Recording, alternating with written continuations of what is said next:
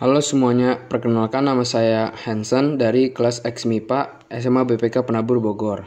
Pada kesempatan kali ini, saya akan menjelaskan mengenai sejarah, lebih tepatnya masuknya Islam di Indonesia. Pertama, saya akan menjelaskan mengenai peninggalan Islam di Indonesia.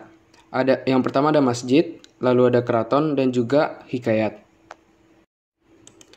Yang pertama masjid. Masjid merupakan rumah ibadah umat Islam, juga sebagai pusat dari kajian keislaman, dan merupakan sesuatu yang sangat penting bagi kerajaan Islam.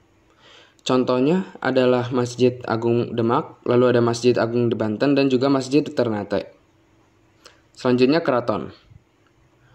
Keraton adalah tempat tinggal raja atau sultan dan para keluarganya. Keraton juga berfungsi sebagai pusat pemerintahan. Beberapa contoh keraton adalah Keraton Yogyakarta, Keraton Kesultanan Aceh, dan Keraton Kanoman. Selanjutnya ada hikayat. Hikayat adalah kisah perseorangan yang diangkat dari tokoh terkenal pada masanya. Hikayat hanyalah salah satu contoh dari peninggalan yang berupa kesenian sastra. Contoh peninggalan kesenian sastra adalah Hikayat Hang Tuah, Babat Tanah Jawi, dan Suluk Sukarsa. Yang kedua, teori masuknya Islam di Indonesia. Yang pertama ada teori Gujarat, yang kedua ada teori Mekah, lalu ada teori Persia, dan juga teori Cina. Teori Gujarat. Teori tersebut didukung oleh Snook, Sutherland, dan Flecke. Teori tersebut menyatakan bahwa kedatangan Islam ke Nusantara pada sekitar abad ke-13 dibawa oleh para pedagang dari Gujarat, India. Bukti teori tersebut adalah yang pertama batu nisan Sultan Malik Saleh yang bercorak Gujarat dan juga dari isi tulisan Marco Polo. Selanjutnya teori Mekah. Teori Mekah ini didukung oleh Buya Hamka dan juga Van Leer. Teori tersebut menyatakan bahwa kedatangan Islam ke Nusantara pada sekitar abad ke-7 dibawa oleh para pedagang Arab. Bukti teori tersebut adalah pemukiman Islam di Baros dan juga makam Fatimah binti Maimum, yaitu seorang wanita dari Gresik. Selanjutnya teori Persia, didukung oleh Hossein Jajadiningrat. Teori tersebut menyatakan bahwa kedatangan Islam ke Nusantara dibawa oleh orang-orang Persia sekitar abad ke-13. Bukti dari teori tersebut adalah adanya upacara tabot, yang biasanya merupakan ritual tahunan di Persia. Selanjutnya ada teori Cina yang didukung oleh Slamet Mulyana dan Sumanto Al-Qurtubi. Teori tersebut menyatakan bahwa kedatangan Islam ke Nusantara dibawa oleh rakyat Muslim Cina dari Kanton, khususnya Palembang sekitar abad ke-9. Bukti dari teori tersebut adalah Raden Patah, yaitu Raja Demak, adalah keturunan Cina. Yang ketiga, jalur-jalur penyebaran Islam di Indonesia. Yang pertama adalah jalur perdagangan. Masuknya Islam ke Indonesia melalui media perdagangan terjadi pada tahap awal, yaitu sejalan dengan ramainya lalu lintas perdagangan laut pada abad ke-7 Masehi hingga abad ke-16 Masehi. Para pedagang Muslim yang berdagang ke Indonesia semakin banyak, sehingga pada akhirnya membentuk sebuah pemukiman yang disebut Pekojan. Di tempat inilah mereka saling berinteraksi dengan masyarakat setempat, menyebarkan ajaran agama Islam di Indonesia.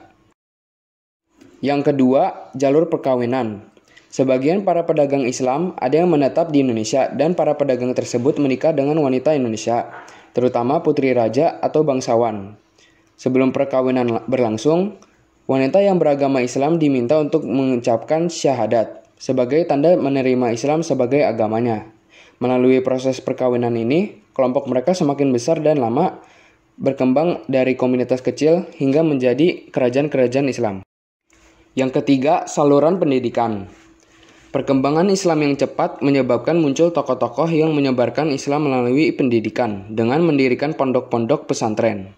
Pesantren adalah tempat pemuda-pemudi menuntut ilmu yang berhubungan dengan agama Islam. Setelah para pelajar tersebut selesai dalam menuntut ilmu mengenai agama Islam, mereka mengajarkan kembali ilmu yang diperolehnya kepada masyarakat sekitar, hingga akhirnya masyarakat sekitar menjadi pemeluk agama Islam. Yang keempat, saluran ajaran tasawuf. Perkembangan ilmu tasawuf di Indonesia menjadi salah satu faktor pendukung berkembangnya agama Islam di Indonesia. Tasawuf merupakan ajaran ketuhanan yang bercampur dengan hal-hal yang berbau magis, atau ajaran untuk mendekatkan diri kepada Allah.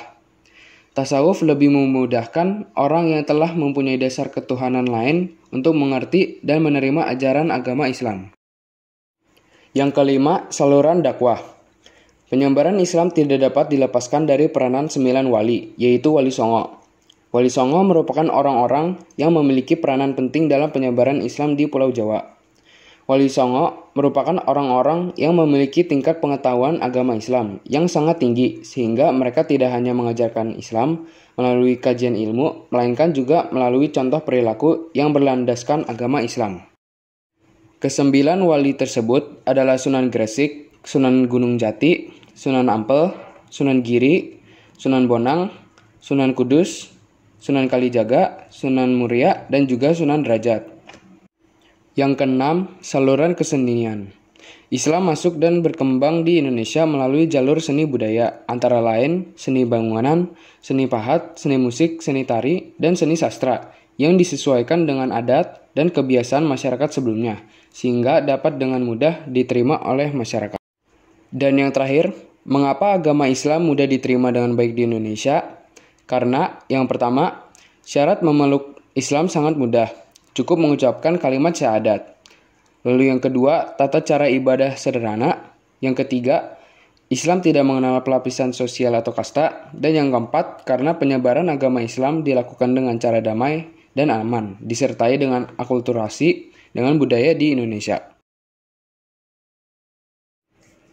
Itu saja penjelasan saya tentang masuknya agama Islam di Indonesia. Sekian dan terima kasih.